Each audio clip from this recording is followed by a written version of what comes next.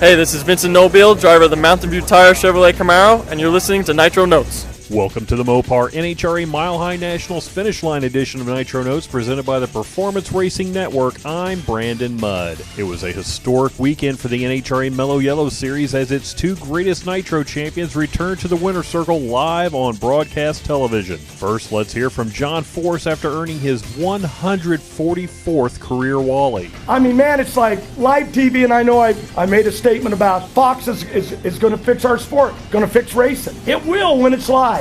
Already getting calls from people like, this is awesome what you're doing. And I think Peter Clifford and his staff, everybody worked this thing hard, and it seemed like it went okay. Even God moved the clouds past us. Right, Shu?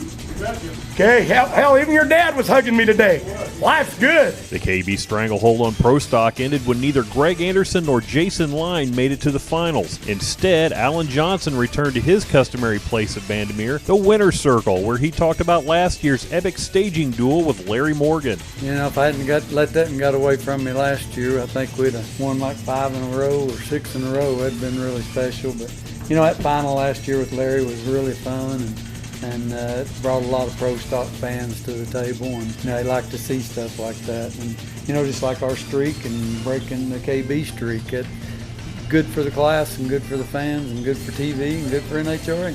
Tony Schumacher beat teammate Antron Brown after qualifying 9th. Sarge said starting position really doesn't matter as much as it used to. In the old days, you won from number one more often, but there weren't 10 cars that can win on any given day. Right now, it's a very difficult sport. What the fans are getting for, what Fox got right there, was their money's worth plus some. We set the world record in 06 on the last run of the year, and I had fans walk up to me and say, here's my ticket, I feel I owe more money. And I thought, what a great sport, that a fan can pay a good dollar for a ticket and feel that he got a better show. That's what we're giving him right now. And finally, Andrew Hines won his second race in a row after his team did a little experimenting on the mountain. I think that's what we did this weekend. We weren't specifically certain whether our engines were going to work up here on the mountain, so we took a gamble and we put tires on that didn't work for us in Chicago because typically you don't need as much traction here. So we gambled with some really worn-out tires, and we decided that second round today we weren't getting the 60 foots we wanted, so we put our good tires back on, and man, we picked up like 100th and a half and 60 foot, and it just translates to EC all the way down. So we took chances coming here, knowing we had a little bit of a cushion,